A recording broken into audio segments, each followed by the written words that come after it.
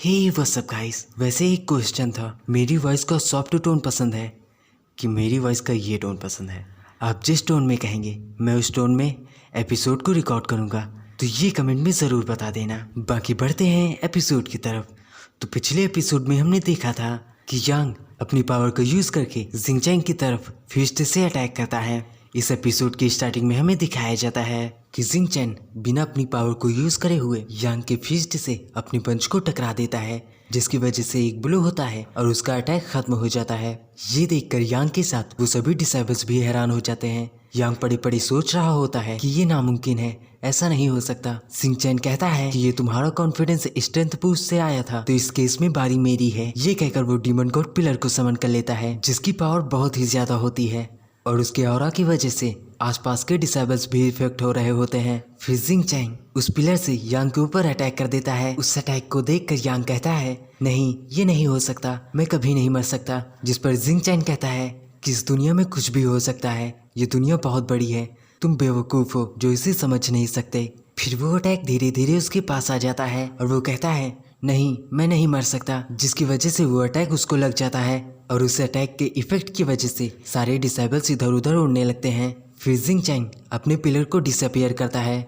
उस अटैक की वजह से ग्राउंड में एक बहुत बड़ा गड्ढा हो जाता है, जिसे देखकर जिंगचैन कहता है कि ये पिलर बहुत ही कीमती है। इस पिलर को मैंने हजारों साल पहले एशियंट रूइंस में खोजा था। वैसे मैंने इस दुनिया में इसे पहली बार यूज किया है, ये बहुत ही ज्यादा पावरफुल है। वहीं एक लड़की कहती है कि उस यांग की तो हड्डियां भी नहीं बची, जिंगचैंग एक मॉन्स्टर है। तभी जिंगचैंग पीछे मुड़ता है और सभी से कहता है कि ये सब यांग की मर्जी थी, अगर किसी को मेरी लाइफ चाहिए तो वो अपने पैर तोड़वाने के लिए तैयार रहना। तभी पीछे से वो गार्डियन, मैं इसे बहुत देर से गार्डियन कह रहा हूँ, लेकिन ये एल्डर हैं, एल्डर मोयुन। तभी एल्डर मोयुन पीछे से अटैक कर देते हैं, जिसे देखकर जिंगचैन कहता है, ओल्ड मैन आखिरकार तुमने अपना असली चेहरा दिखाई दिया, मुझे इसका कब से इंतजार था। जिस पर एल्डर मोयुन कहते हैं कि मैंने तुम्हें कुछ ज्यादा ही अंडर एस्टिमेट कर दिया था, अब अपनी सारी हिडन स्किल को आजमा लो, वैसे भी तुम इस पाम अटैक के स्ट्रेंथ के सामने नहीं टिकने वाले। जिंगचैन सोचता है कि एल्डर मोयुन उस यांग से कई ज्यादा पावरफुल है, इसीलिए मैं होल्ड बैक नहीं करूंगा। ये कहकर वो अपने ट्री गॉड पोटेंशियल को गैदर करने लगता है और अपनी पंच को उनकी पाम अटैक पर मारता है, जिसकी वजह से उनका हाथ टूट जाता है। वो अपने हाथ को देख ही रहे होते हैं कि जिंगचैन पलक झपकते हुए उनके पास आ जाता है और एक जोरदार पंच उनके पेट पर दे मारता है, जिसकी वजह से उनके मुंह से ब्लड बाहर आता है और वो दूर जाकर गिरते हैं। ये देखकर वो सभी डिसेबल्स भी हैरान हो जाते हैं। एक डिसेबल कहता है, क्या वो इंसान भी है? जिस पर वो लड़की कहती है कि एल्डर मोयुन मार्शल किंग पर है, वो ऐसे नहीं हार सकते। फिर एल्डर मोयुन के आसपास की सारी धूल हटने लगती है और एल्डर मोयुन अपने ब्लड को साफ करते हुए गुस्से में खड़े होके अपनी एक पावर का यूज करते हैं।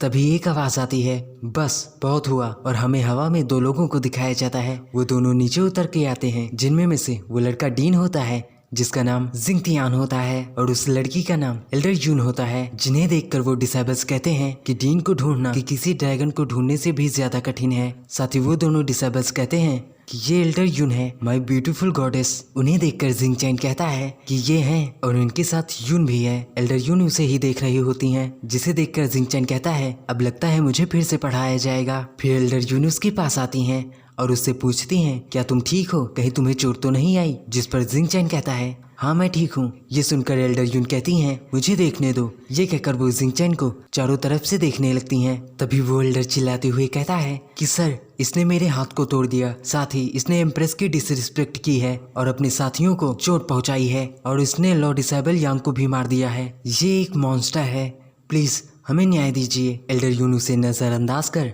जिंगचैन का हाथ पकड़ती हैं और उससे कहती हैं, चलो मुझे तुमसे कुछ पूछना है। ये कहकर उसे घसीटते हुए वहां से लेके चली जाती हैं, जिसे देखकर वो एल्डर कहता है, डीन ये सब। वो एल्डर कुछ आगे कहता, तभी डीन कहते हैं, बस मुझे पता है कि आज क्या हुआ, तुम उसे दोबारा उकसाने की कोशिश मत करना, वो कोई ऐरा गैरा नहीं है जिसे तुम क्रॉस कर सकते हो। फिर सीन कट होता है और हमें एक फॉरेस्ट का दिखाया जाता है, जहां वो दोनों टहल रहे होते हैं और एल्डर यून के साथ जिंगचैन को अपनेपन की फीलिंग होती है। जिंगचैन बताता है कि एल्डर यून जिंगचैन को हमेशा प्रोटेक्ट करती थी। जिंगचैन तो इतना क्वालिफाई भी नहीं करता था कि वो इसे देख भी सके, लेकिन ये फिर भी बिना किसी शर्त के जिंगचैन को प्रोटेक्ट करने के साथ उसे कल्टीवेशन करने के लिए इंकरेज करती थी और उसे कभी गिव अप नहीं करने देती थी। ये ग्रेट वुमेन ब्यूटी यून है। तभी एल्डर यून पूछती हैं क्या तुम ठीक हो? कहीं तुम्हें टेम्पल में किसी ने चोट तो नहीं पहुंचाई? जिंगचैन कहता है आपकी चिंता के लिए धन्यवाद, लेकिन कोई इतना कैपेबल नहीं है कि मुझे चोट पहुंचा सके। जिस पर एल्डर यून हंसने लगती हैं और कहती हैं मुझे ये जानकर खुशी हुई, मैंने सुना कि तुम्हारे ऊपर अटैक हुआ है, इसीलिए मैं ये देखने चली आई कि कहीं तुम किसी मुसीबत में तो नहीं हो। फिर एल्डर यून उसके पास आ जाती हैं और आगे कहती हैं मुझे लगता है कि मैं कुछ ज्यादा ही सोच रही थी। मैंने ये एक्सपेक्ट नहीं किया था कि तुम अपनी कल्टीवेशन को इतना जल्दी इतना ज्यादा ग्रो कर लोगे। जिंगचैन एल्डर यून के इतने बड़े विचारों को देखकर दंग रह जाता है और अपना मुंह साइड में करते हुए कहता है बाहर आके मुझे देखने के लिए धन्यवाद, लेकिन मैं बहुत थक चुका हूँ, इसीलिए मुझे माफ कर दें, लेकिन मुझे आराम करना है। ये सुनकर एल्डर यून उसे ही देखने लगती हैं और सोचती हैं कि ये आज कुछ डिफरेंट लग रहा है। और सेम यही चीज वो जिंगचैन से भी कहती हैं कि आज तुम अलग लग रहे हो, अगर तुमने कोई बदलाव किया है तो तुम उसे बता सकते हो, मैं उसके लिए तुम्हें कॉन्ग्रेचुलेसन करूंगी। ये सुनकर जिंगचैन सोचता है कि लगता है उन्होंने कुछ नोटिस कर लिया है, लेकिन मैं 9th फोनिक्स प्रिंस हूँ, ये चार मुंह मुझ पर नहीं चलेगा। तभी एल्डर यून उसके गाल खींचते हुए कहती हैं कि अपनी यून से अब बातें भी छुपाओगे, लिटिल नॉटी बॉय। फिर एल्डर यून सोचती हैं कि नहीं, ये मेरी इमेजिनेशन नहीं है, ये सच में कुछ चेंज हो गया है, ये सेल्फ कॉन्फिडेंस लग रहा है, इससे पहले ये इसके लिए इम्पॉसिबल था। फिर एल्डर यून अपने बड़े विचारों के साथ उसके हाथ को पकड़ लेती हैं और कहती हैं क्या तुम मुझे छोड़ना चाहते हो, क्योंकि तुम स्ट्रांग हो चुके हो, तुम्हें पता है कि तुम पहले इस तरह के नहीं थे। एल्डर यून को इतने पास देखकर जिंगचैन हकलाने लगता है और कहता है कि नहीं, बिल्कुल नहीं, लेकिन आप कुछ ज्यादा ही क्लोज हैं। जिंगचैन उनको देखते हुए कहता है कि ये जितनी सरल दिखाई दे रही हैं उतनी है नहीं। पहले डीन को मेरी मदद करने के लिए कहा, साथ ही उस एल्डर को इग्नोर कर मुझे यहाँ लेके आ गई। इनके पास कोई रीजन नहीं है इस जैसे लूजर की मदद करने का।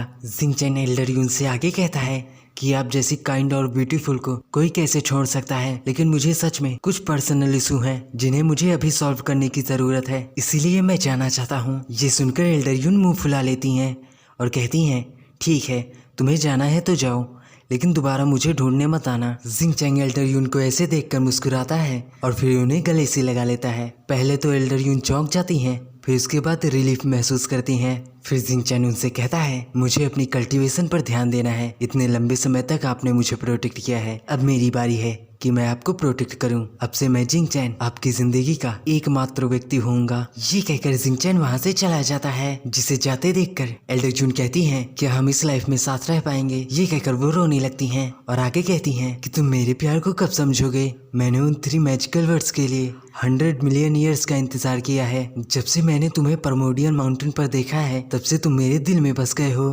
तो यहाँ पर एक थ्योरी निकल के आ सकती है, पहली कि शायद कोई पास्ट लाइफ का सीन हो। 100 मिलियन ईयर्स मतलब इसमें तो 10-15 जिंदगी बीत जाती हैं। फिर सीन कट होता है और जिंगचैन एक पर्पल बैम्बू हाउस में पहुंचता है जो उसके फादर का होता है और उसके फादर ने जिंगचैन को दिया होता है। जिंगचैन वहां पर टहल ही रहा होता है कि यंग मास्टर करते करते वहां पर लिंगजू आ जाती है और कहती है क्या मैंने जो आज देखा वो सब सच था, कहीं मैं सपना तो नहीं देख रही। जिस पर जिंगचैन उसके सर को सहलाते हुए कहता है बिल्कुल नहीं, अब मैं और भी स्ट्रांग हो जाऊंगा ताकि तुम्हें कोई बुली ना कर सके।